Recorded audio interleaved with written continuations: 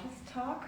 We're standing in front of one painting by Christian Stefanovici in our current just opened exhibition. Christian Stefanovici, Haschen nach Wind, Malerei, which is in the translation Chasing the Wind, paintings.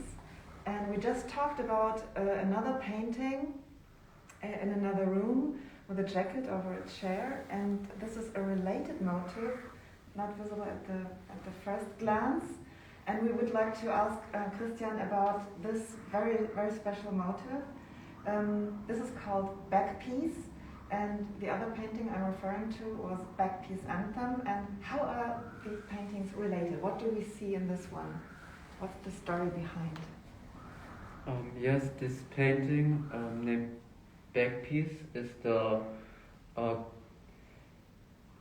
partner of the other painting in a viewpoint that it gives the identity to the other painting in a certain way how we have to understand our names. It is not in general important for the other painting as a painting, but for the wider concept of the painting, in the sense that this is could be applied on the back of the jacket as the backpiece, or as a motive that shows the personality of the person who wears the jacket.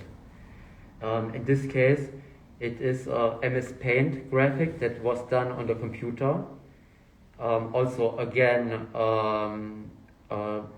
a connection to the modern time, to the postmodern times or digital times that we live in contrast to the first layer of the painting, which is done in Revit glue, which is a very old technique. So, in this painting, we see that it seems to be an element which has a context that we cannot see. It's also, it looks like less realistic than most of your other paintings, and you say it's a constructed image, it's digitally created, but it refers to, nevertheless to a reality from your country of birth, Romania. What's this animal that we see? This animal that we see, yes, it is related to my personal history and also my birthland, Romania, and it is the brand image of the petrol company of Romania, Petrol, and it is also connected to the ancient history of Romanian people, to the Dacian population that lived in this era at around the birth of Christ, and it was the spirit animal of the Dacian population, the so-called Lycos or Lycos, a white wolf. Interestingly, it is red in the image of this petrol company. And the colors are also very, very compelling. And it's, why did you choose these colors, blue, red, and yellow?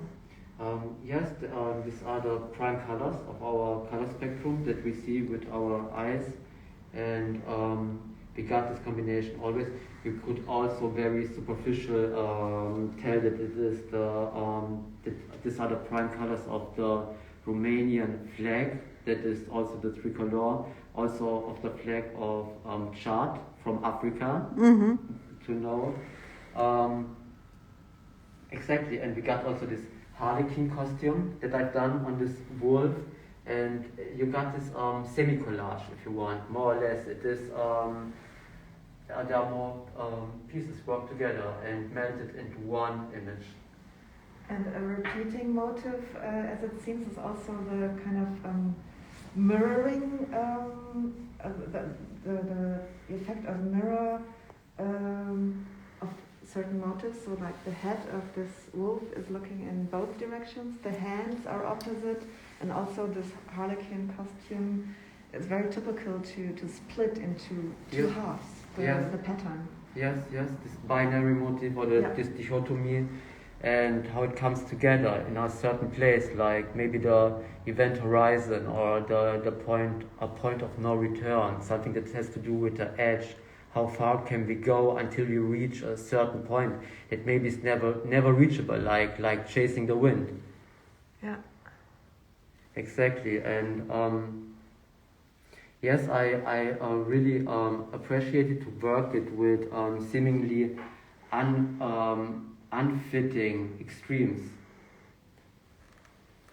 Speaking of fitting, we are struggling with our masks because we have to wear masks, but at the same time we want to communicate. And this a little bit looks also like a head with this flesh color and the face of the wolf sitting in front of this head, and like it's a disguise or a costume or hiding something else. Yes, you're right. We're coming again to this trickster personalities, how we have them in our long mythology of humanity, like Loki in the German culture, or Prometheus in the Greece culture, Lucifer maybe in other terminologies, and also the mask is in Old Greek the same word for persona. It is also like a characteristic, the mask, always superficial. And so we have always to look behind the symbol to get a glimpse of the subliminal message. But it's always important to start at the surface. And painting gives us the choice to go to a certain loaded surface, and the more it's loaded, the more interesting becomes the way to the leitmotif that lies underneath. Yeah, so just talking a couple of minutes shows us how deep this painting is, and that it's on the first glance